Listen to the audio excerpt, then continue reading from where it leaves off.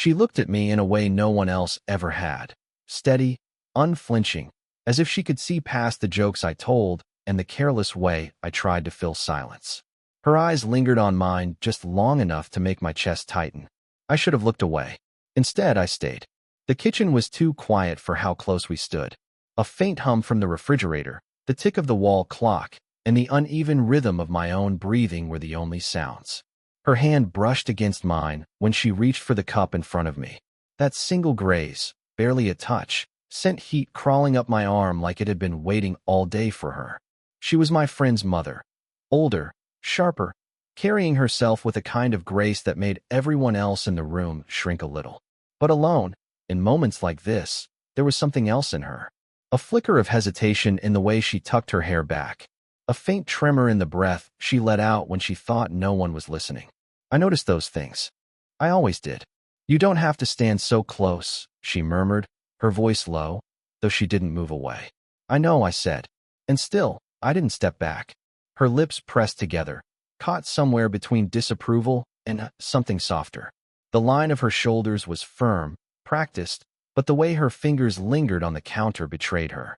I wanted to reach out, to cover her hand with mine, but the air was so taut between us it felt like touching her would break something fragile we hadn't named yet. The light through the window caught in her hair, highlighting faint strands of silver she didn't bother to hide. I couldn't stop staring. Not in pity, not in admiration exactly, but in the strange, undeniable pull of her presence. She noticed my gaze. She always did. "Do you know what you're doing?" she asked suddenly, turning her head so quickly I almost flinched. The words weren't sharp, not exactly. More like she needed to hear me say something I wasn't supposed to say. I swallowed, throat dry, my mind running through excuses that would make me sound innocent. I didn't want innocent. "Every move is for you," I said quietly, the words slipping out before I could dress them in safer clothing. Her breath caught. The smallest hitch, the kind of sound she would have disguised if anyone else were here. For a moment, her hand froze on the counter, and I thought she'd pull away entirely, remind me of the years between us, the reasons we couldn't be standing like this. But she didn't. Instead, she tilted her chin, studied me with an unreadable expression, and let the silence stretch until my pulse was pounding against my ribs. I wanted her to speak, to break the tension with anything, anger, laughter, even dismissal. But she only looked at me, her eyes softer now, heavier, as if carrying something she'd kept hidden for too long. I shifted closer without realizing it. Her perfume was faint, not floral, not sweet, but something understated, like warmth itself. I breathed it in and knew I was already too far gone. The sound of the front door unlocking shattered the moment. A key scraping against metal, then the creak of hinges opening. Her head turned sharply toward the noise, the spell breaking like glass between us. Her hand slipped away from the counter, and from me. But her eyes lingered 1 second too long, saying what her lips wouldn't. The front door shut with a thud, footsteps echoing faintly down the hall. We both froze, neither of us breathing, as if silence could erase what had just passed between us. She stepped back first, smoothing her blouse with a calmness that looked rehearsed. By the time her son walked into the kitchen, she was pouring water into a glass like nothing had happened. I shoved my hands into my pockets, leaning on the counter, trying to look casual, but I could still feel the electricity where her skin had brushed mine, as if it hadn't let go. Later that night, when the house was quiet again, I caught myself replaying it. The way she'd looked at me, her voice when she asked if I knew what I was doing. She must have thought I was just reckless, some kid too young to understand. But she didn't see how much I'd noticed about her long before that moment. I noticed the stack of unopened mail she left on the side table for days. The way she'd pause when someone mentioned their husband, though hers had been gone for years. I noticed how often she laughed for others, but pressed her lips shut when she thought no one was watching. Loneliness isn't loud. It shows up in the smallest ways, and I saw it in her. Maybe that's why I couldn't look away. She must have felt my eyes on her the next evening, because she stopped mid-sentence, turning with a sharpness that almost dared me to admit it. Her son had already gone upstairs, leaving us alone with the TV murmuring in the background. "You watch too closely," she said, crossing her arms, though the corners of her mouth twitched like she wanted to say more. "Maybe you don't realize how much there is to see," I murmured. She looked at me for a long beat, then shook her head, amused but uneasy. You're 22. You should be out with someone your own age, not, she trailed off, waving a hand at herself as if she didn't know what to call the space she took up in my life. I wanted to tell her age didn't matter, that it wasn't about numbers, but about how she made every room shift the second she stepped into it. Instead, I just let the silence sit between us, heavy and unspoken. She moved closer, reaching past me for the remote on the couch. Her shoulder brushed against my arm. Just that, and my pulse leapt. She must have felt it too, because she hesitated, hand resting on the cushion for a second too long. Her breath brushed my cheek when she finally spoke. This is dangerous. I turned my head slightly, close enough that if I leaned another inch our lips would meet. But I didn't. I just looked at her, steady, the way she had looked at me in the kitchen. She didn't move away.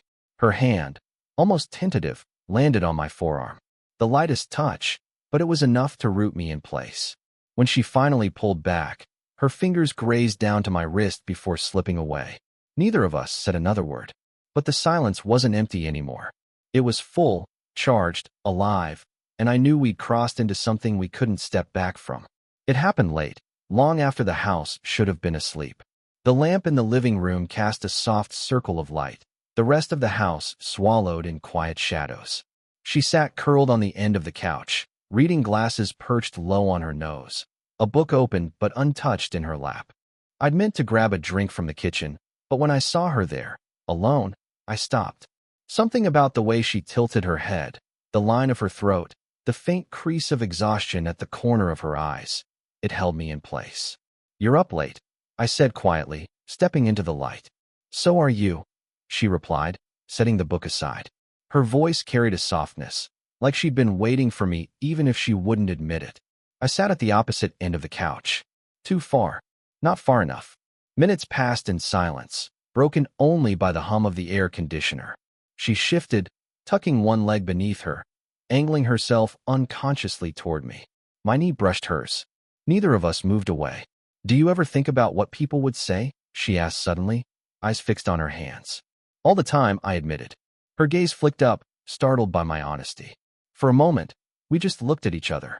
My chest rose too quickly. Her lips parted as if to say something, then closed again. The air grew tight, heavier. She leaned slightly toward me, her shoulder close enough that I could feel the warmth radiating off her skin. I wanted to close the gap, to end the constant ache of almost. Just as I began to lean in, her phone lit up on the table. The sudden glow shattered the moment. A message buzzed across the screen. She snatched it up quickly, too quickly, and placed it face down, her hand lingering on top of it like a shield. We both pretended not to notice the way her cheeks flushed. I shouldn't, she began, voice low, breaking apart halfway through the sentence. You already are, I said before I could stop myself. Her breath caught. She looked at me, eyes wide, torn between pulling away and moving closer. I could see the battle in her, guilt, fear, longing.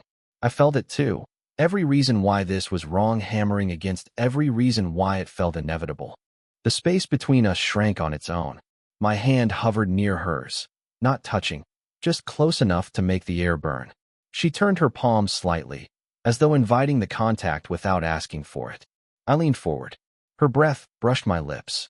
My pulse thundered in my ears, drowning out everything but her. Then the stairs creaked. We broke apart instantly, both snapping our heads toward the sound. Footsteps, light but unmistakable, moved above us. She pressed a hand against her chest, exhaling in a shaky rush, relief and panic tangled together. When the footsteps faded, we looked back at each other. Neither of us moved to fill the space that had been forced between us. But the electricity didn't fade. If anything, it bound us tighter, leaving us caught in the gravity of what almost happened. And this time, neither of us tried to deny it. It was raining that night, hard enough that the sound against the windows filled the house. She stood at the sink, rinsing a glass, her back to me. I should have gone upstairs, left her alone, but the storm felt like an excuse, like the world itself was urging me to stay in the room with her. You're staring again, she said without turning. You noticed, I answered softly.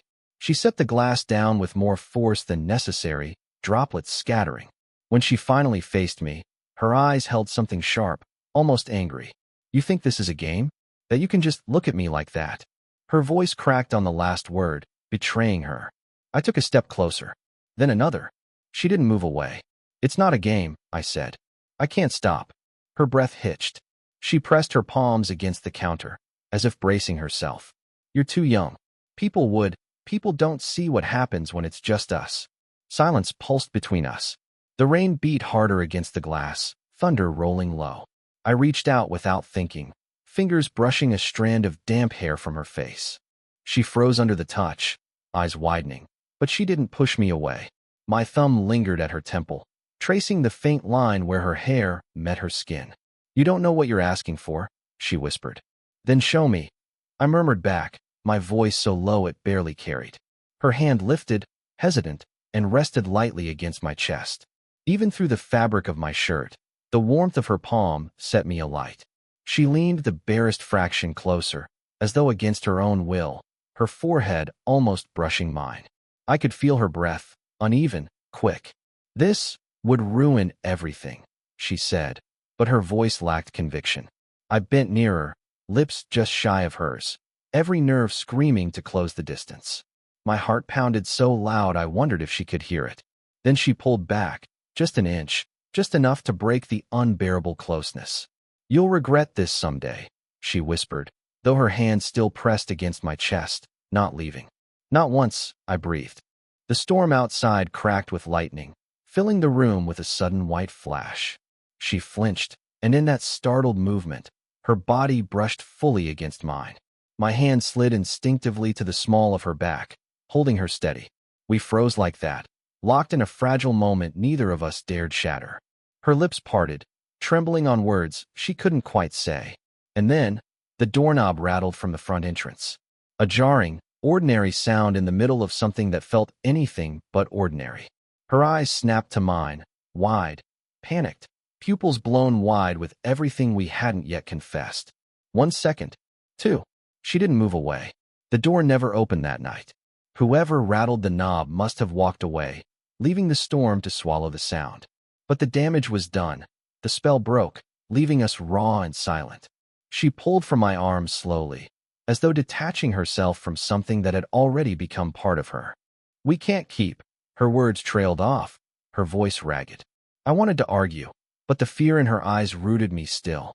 The next day, the air between us shifted. She avoided my gaze at breakfast, busying herself with dishes that didn't need washing. I tried to act normal, but every movement felt exaggerated, wrong. Then it happened. I was headed upstairs when I heard it, her voice, low, on the phone. I paused at the landing, the door just slightly open. "No, I haven't told him," she whispered, her tone taut with strain. "Because it would destroy everything." The words sliced through me. "Told who? Told what?" A pause. Then softer. "I can't let him know how much I feel it. He's too young, too close." The air punched from my lungs. She wasn't talking about anyone else. She was talking about me. My hand tightened on the railing. I wanted to burst in, to tell her I already knew, that I'd felt it every second we'd been alone. But my body betrayed me. I stayed frozen, listening as the silence stretched on the other side of the door. When I finally stepped inside, she was sitting on the edge of her bed, the phone dark in her hand. Her face went pale when she saw me. "How long have you been?" she began, but her voice cracked. "Long enough," I said. My chest heaved. "Long enough to know you've been lying to both of us." She stood quickly, brushing past me toward the dresser, her movements sharp, frantic. "You shouldn't have heard that." I followed her, close enough that the heat of her skin radiated against me. "Why?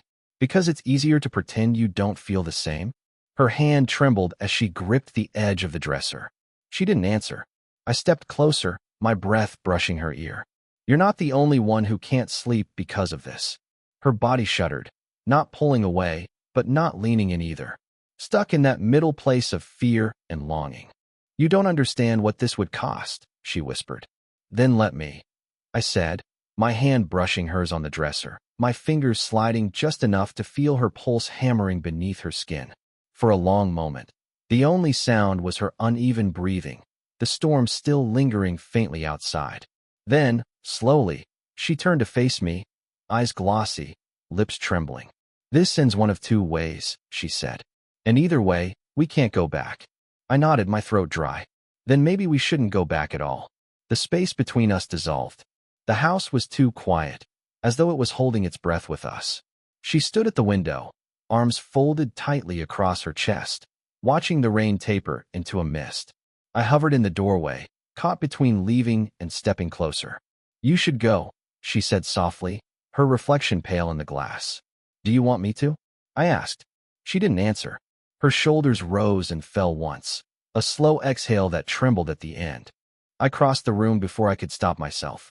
The air between us thickened with every step. When I reached her, she still didn't turn, but I could see her hand gripping her own arm, knuckles white. You're shaking, I murmured. She closed her eyes. I'm not supposed to want this. But you do. Her lips parted, no words coming out. The silence was louder than anything she could have said. I reached out, brushing my fingers against her arm. She flinched, not away, but toward me, as if her body betrayed the part of her still fighting. Look at me, I whispered. Slowly, she turned.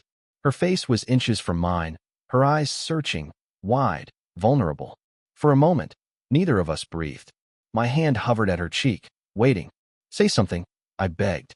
She swallowed, voice breaking. I can't keep pretending I don't feel it. The dam broke. My hand cupped her face, warm against her skin. She leaned into it, just barely, like she'd been waiting for the permission. Her breath hitched as I stepped closer, our bodies nearly touching, the heat of her radiating against me. This is the line, she whispered. If we cross it, there's no going back, I finished for her. Thunder rumbled far off, a reminder of the storm that had carried us here. Her hand rose, trembling, and rested against my chest, right above my racing heartbeat. We hovered there, teetering on the edge of everything. Her forehead brushed mine, the softest contact, and in that fragile closeness the world seemed to narrow to just us. Then let's stop running from it, I breathed. Her eyes fluttered shut. Our lips almost touched, the barest graze a whisper of what was about to come, before she drew in a sharp breath, pulling back just enough to see me clearly. No more hiding, she said, her voice raw, steady despite the tears shining in her eyes. If we do this, it's real. I nodded, the weight of it settling deep in my chest. Then it's real. And in that moment, no lies, no hesitation, no distance left. We understood each other completely. The choice was made. The storm had passed by morning, leaving the air cool and damp, the world washed clean. Light spilled through the curtains, pale and quiet. She sat at the kitchen table, hands wrapped around a mug of coffee gone cold, staring at nothing in particular. I hesitated in the doorway, the weight of everything we'd said, and nearly done, still hanging heavy between us. For the first time, I wondered if she'd regret it all, if she'd shut herself away again behind that practiced grace she carried so carefully. But when she lifted her head and saw me, something softened in her face. Not regret, not denial, just her. You're still here, she said, a faint smile ghosting her lips. Did you think I'd leave? Her eyes flickered down to the table. I thought maybe you'd realize how complicated this is. How unfair. I crossed the room slowly, pulling out the chair beside her. My hand rested near hers on the wood. Close, but not touching yet. I know it's complicated, I said. I just don't think complicated has to mean impossible. She let out a shaky laugh, the kind that carried both fear and relief. Then, finally, she slid her hand over mine. The contact was small, quiet, but it steadied something in both of us. Her skin was warm against mine. She didn't pull away this time. I've spent years convincing myself that part of my life was over, she admitted. Her voice was low, almost fragile, that I wasn't allowed to want anymore. Not like this. I squeezed her hand, leaning closer. And now, she turned her head, meeting my eyes. The hesitation was still there, but beneath it, a glow of something new, something she hadn't let herself feel in years. Now I don't want to keep pretending. The silence that followed wasn't heavy like before. It was full, a space we'd finally stopped running from. I reached up, brushing my fingers through her hair, tucking a loose strand behind her ear. She closed her eyes at the touch, leaning the slightest bit toward me. I pressed a soft kiss to her forehead, letting it linger, not rushed, not desperate, but steady, a promise in itself. When she opened her eyes again, they shone with something I hadn't seen before, clarity. The world outside was waking up, cars passing, birds calling. Ordinary life going on as if nothing had changed. But for us, everything had. We sat there, hands intertwined on the table, shoulders close, the kind of closeness that didn't need words to define. Not stolen, not forbidden, but chosen. She smiled, a real smile this time, unguarded. So what now? I squeezed her hand again, smiling back. Now we live with it. Together. And for once, there was no hesitation left between us.